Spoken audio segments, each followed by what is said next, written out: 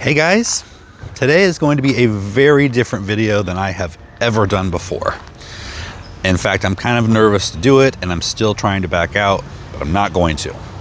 When you have a YouTube channel, or even just when you're inviting guests over to your house, let's put it in that way. If you're having guests over to your house, which you guys are guests here several times a week, you want to make sure that you show the best of what you've got. Usually clean up a little bit, put things away. That would be a lot of work for me, keeping up with that. And so I'm lucky enough where I can just swing the camera in an angle that I want you to see and away from things that I don't want you to see. Like the drone tour we just took on the last video. And thank you so much for those of you who loved that and said that it really showed you kind of the layout of the place and helped you in your mind kind of figure out where I was doing what. I'll leave a link to that below if you didn't get to see that yet. So with an acre and a half, it's difficult to have things looking pristine all the time, especially when it's just me who's here to maintain it. I know eventually, when we get things bigger and we expand the gardens, I'm gonna have to get somebody in here to help me. But for now, it is just me, and that's why things don't always look the way I want them to, or the way I want you to see them. So today is going to be the most embarrassing garden tour that I've ever done. And that's because I'm going to take you and show you the things that I would not normally show you. And that's because on that drone tour, several of you said everything looks so beautiful. And I know what's happening is, especially at this time of year when we have a tendency to let things slack off because it's hot, we're tired of seeing the same old plants that are looking probably not the best right now. And it's easy to want to just stay inside in the air conditioning and just be like, whatever happens outside happens. And I don't want you to feel that you're different from me in that way, because I'll tell you right now, you're not.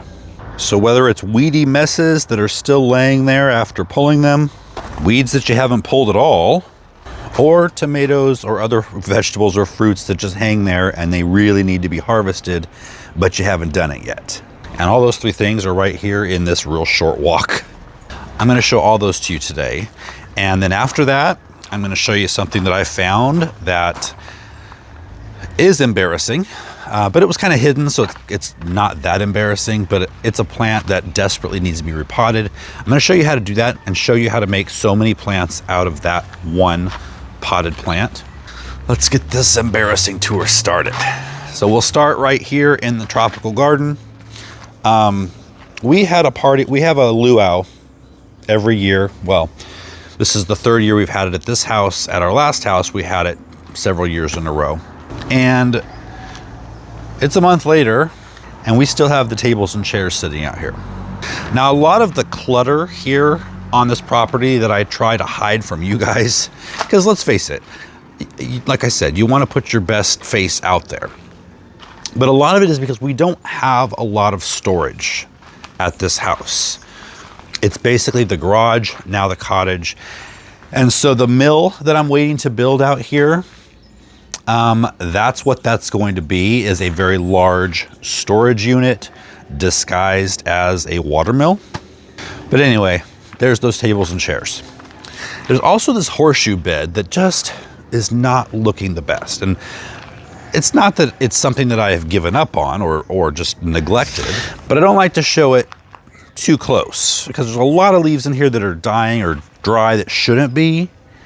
The first year taro plants are crispy. The deadheading, yeah, that's totally my fault. It needs to be done. But this bed, it's on drip irrigation, and it's been hard to regulate it. It doesn't seem to be, it's one long half-inch tube. It doesn't seem to be too long because there's still water coming out the very last holes. But the ground under here is fill dirt. And, I don't know what kind of quality it was. This is its first year. And so all the mulch that I put on top hasn't had a chance to be taken down and incorporated. So what I've done at the moment, and it seems to be working, is I just bumped up the length of time that this waters and the amount of days that it waters. Hey, here's Nacho. Hey, buddy. How are you this morning? So coming up this way, something I was disappointed in.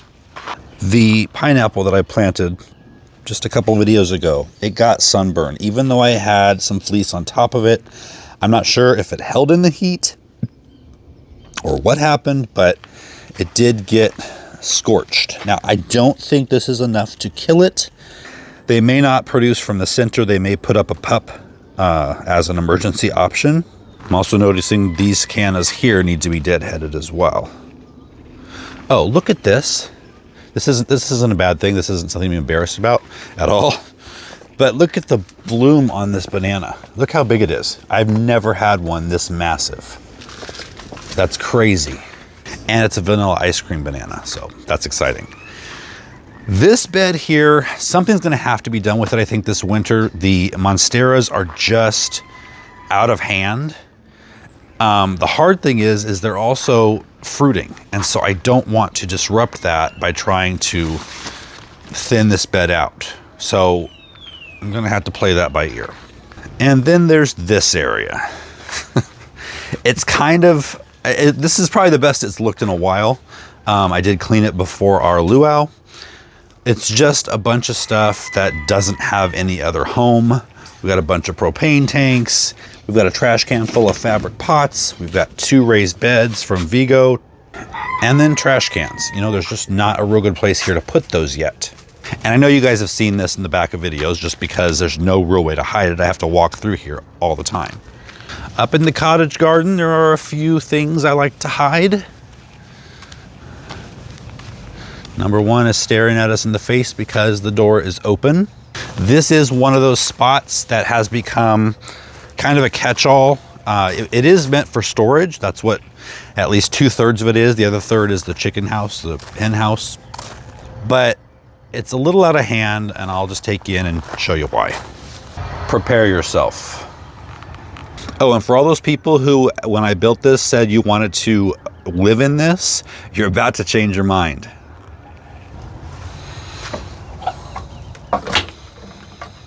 Yep, just piles of junk. I mean, it's all useful junk that I need. So we've got the rabbit hutch here that is no longer being used. And so I wanted to turn that into shelves here on this whole wall, which would make it very nice to put things away in. I've got Noah's first bike up here. And because I'm a crazy sentimental person, that's probably where it's going to stay because there's no other place for it and I'm not getting rid of it. This needs to be done. Look at the dust and the cobwebs. Can you see this? Look at this. It's like a haunted house. Now the cobwebs wouldn't show up so much if the chickens weren't so dusty. They're constantly tossing up dust, taking dust baths, and so everything in here is covered with dust. So I think one of the things I'm going to do, first of all, clean all this out, but put up, instead of having wire here, put up an actual piece of wood or something that will keep the dust from coming into this portion here. And that's mainly the reason I haven't started using this as a lot of storage, like good storage, is because I don't want everything covered with dust. Now you guys saw me cleaning up the cottage garden recently. There's still a lot of weeds here in the path. I need to keep on top of those, and that's going to be a lot easier because in a soon to be upcoming video, I'm going to be putting weed cloth down and putting mulch and mulching all these paths so they look nice for a change for the first time. And we've got our berry patch. Yes, good morning to you too, Pugsley. We've got our berry patch here that is kind of weedy. I did get some of the weeds out, but it's just gone crazy.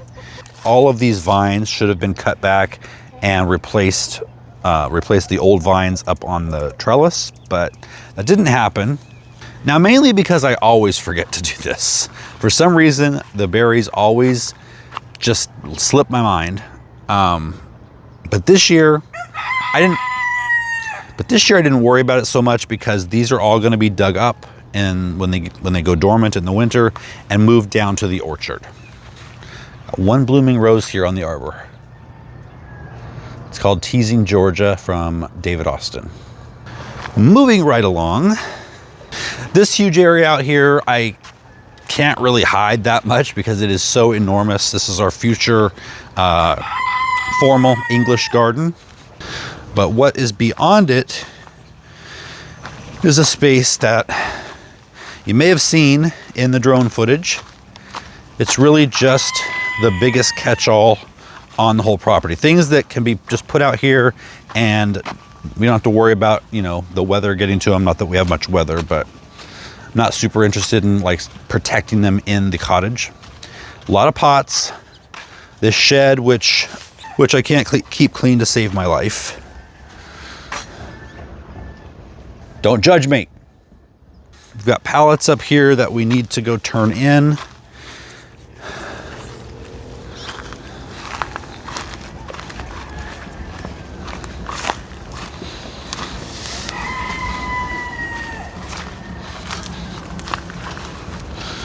Behind it is no better. So a lot of this stuff is just waiting for our next dumpster rental. The other half is stuff that I probably should put in the dumpster, but I feel like as soon as I do, I'm gonna need it. You guys have things like that? I know you do.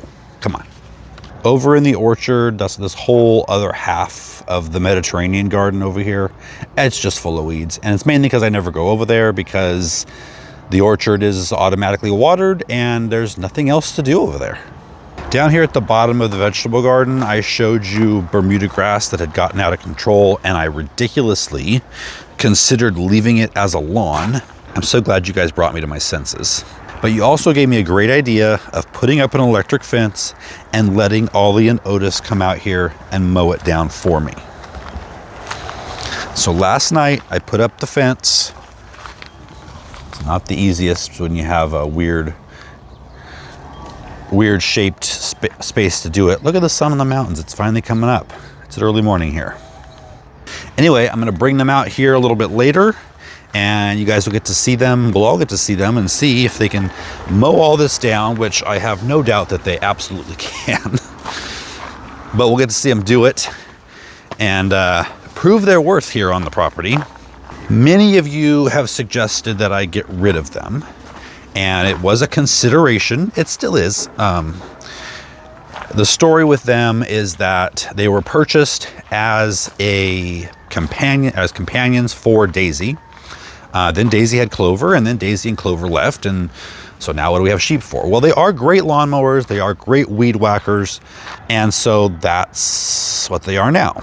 The rest of the story is that they weren't properly castrated. And so they still have the testosterone that makes rams, they're both rams, which is the male sheep, right?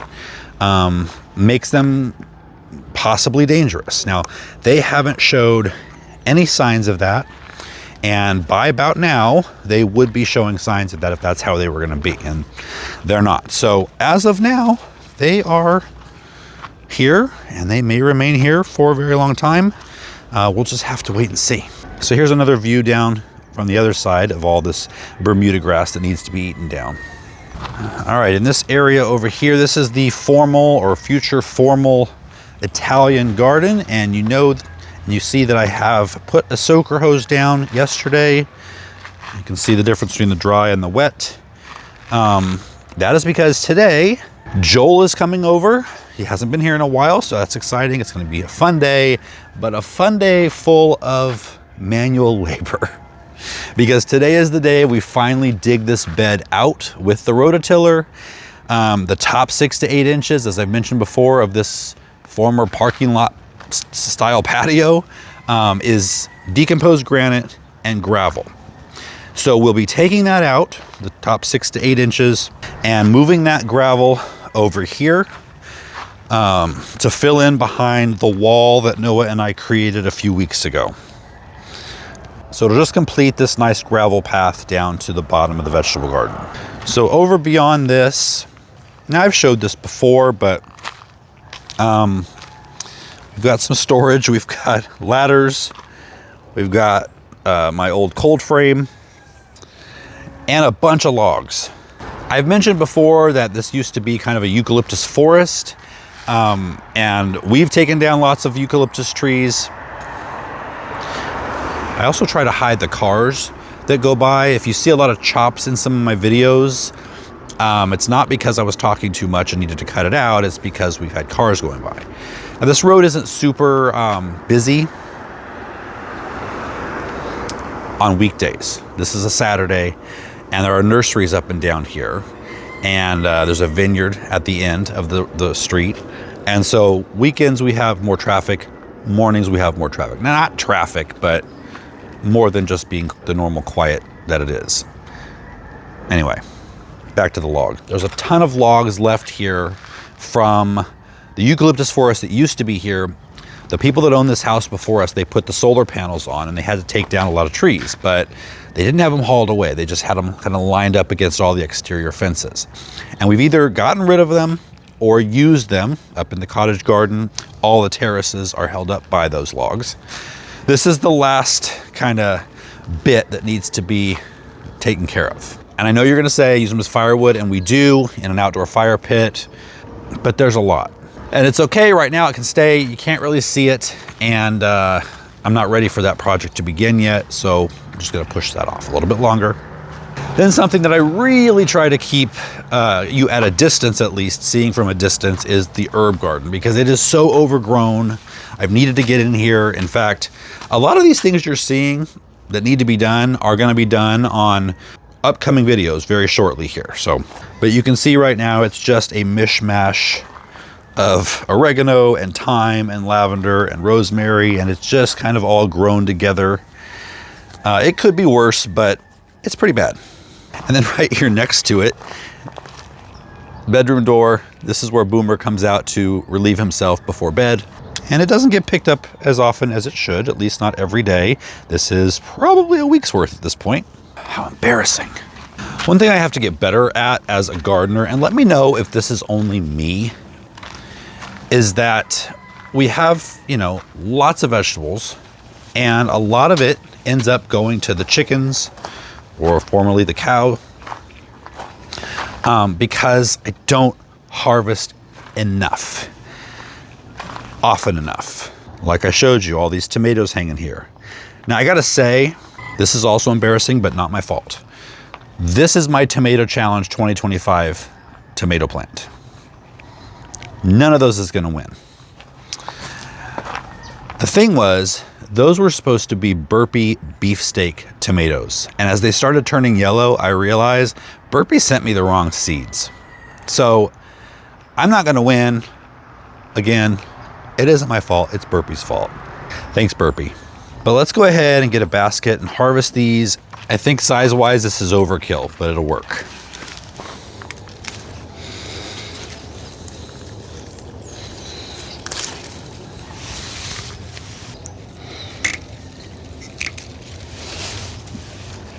This is probably the biggest one. Well, there goes the whole branch. Well, that basket wasn't too big after all. So I'm gonna put this in the house. And this has to do with what we're doing next. These are cordylines or tea plants. I got several on clearance at Lowe's, I don't know, a month ago or so, probably, yeah, about a month ago. And they were on clearance because they didn't look so great, but I know that there's several ways to revive a tea plant. And so I always am on the lookout. In fact, I just got this one yesterday at Costco. Look how beautiful that is.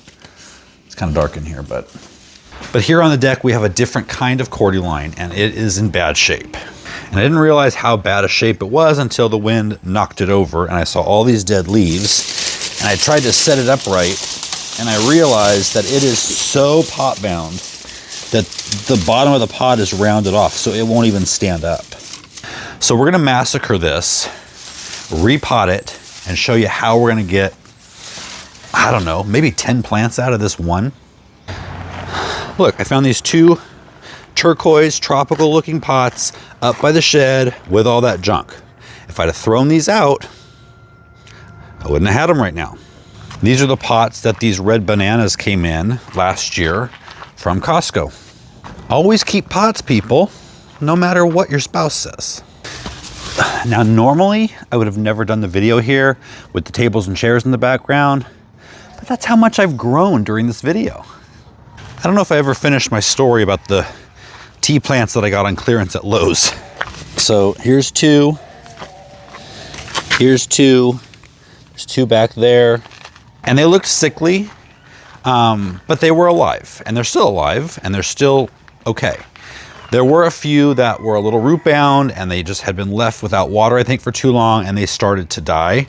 And they may have died. I think they died already. What I did was I cut the tops off of those, because just because the roots were dead didn't mean the plant was. And this is them right here.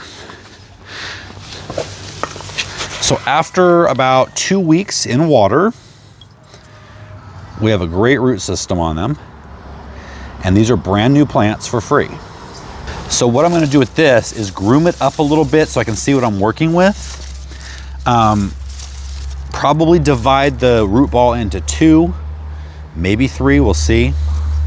And then cut them all down to make cuttings so that I can have double, whatever plants I have in here, that's gonna double that. Because the cuttings will make plants, and then the ones that are still left in here will leaf out again and make plants as well. The best way to prune these I've found is not with any type of clippers. It's just going in and pulling them downward, away from the stalk.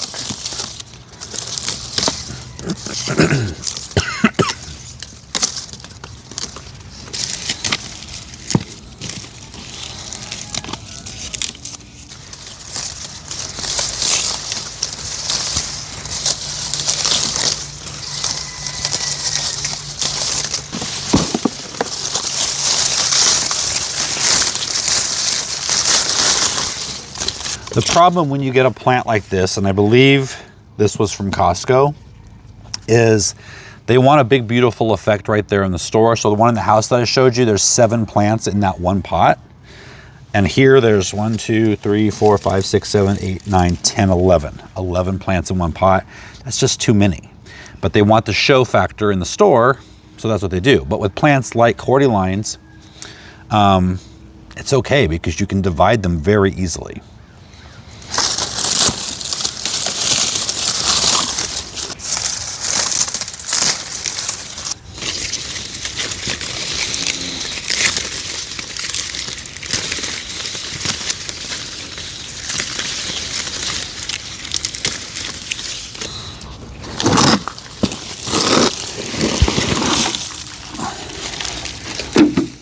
Look at these roots that basically started growing out of the bottom and pushing the bottom of the pot out. That's why it was falling over.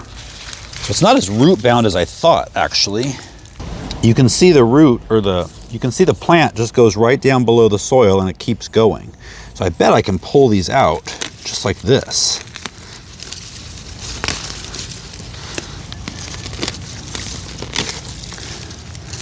Yeah, there you go.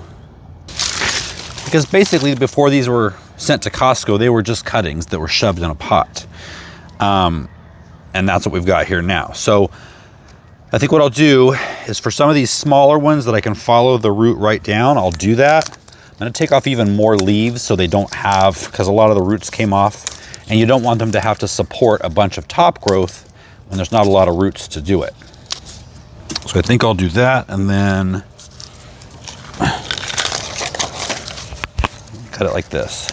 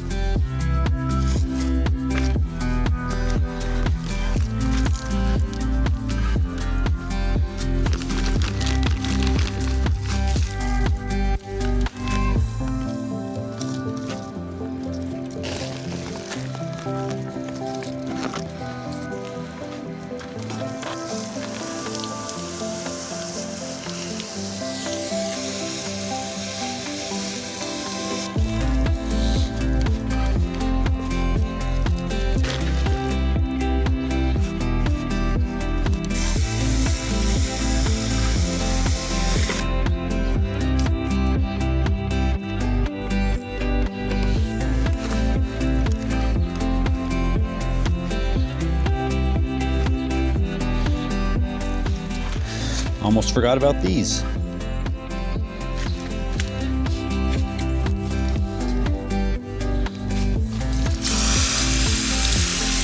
All right, so out of one pot, and by the way, I found the tag. For those of you who are wondering, this is the variety. I ended up with 2 of these pots that are just ready to go back on the patio right now. This one here, these are kind of tall. I may end up cutting these off right here and taking the leaves off, you know, from here to here, and then putting these in water and making cuttings like I did these last 2 that I ended up planting here in the pot. So that'll get me 2 more plants. We'll see. I want to see how they do with the root. They had a decent amount of roots on them, so they may be okay like this. And then I took all the root pieces, there was at least 10, maybe 15 of those, and planted them in here to get more roots and to start to sprout. Now, I've never done that with these, but gauging by the way I saw their root systems in the pot, I'm thinking this will work. Generally, the way to propagate these would be stem cuttings, but I'm thinking root cuttings will work, and I'm gonna let you know. So not bad out of 1 Costco pot. So I was editing the video and realized I didn't put an ending on it. So anyway, I hope that this video showed you you don't have to be perfect in everything that you do in the garden, and that sometimes, especially at this time of year, it's just not gonna look great all over. And the bigger your garden is, the harder it's going to be to keep it looking perfect. So just enjoy what you have, enjoy the process, and don't get too bogged down with keeping everything perfect. See you next time.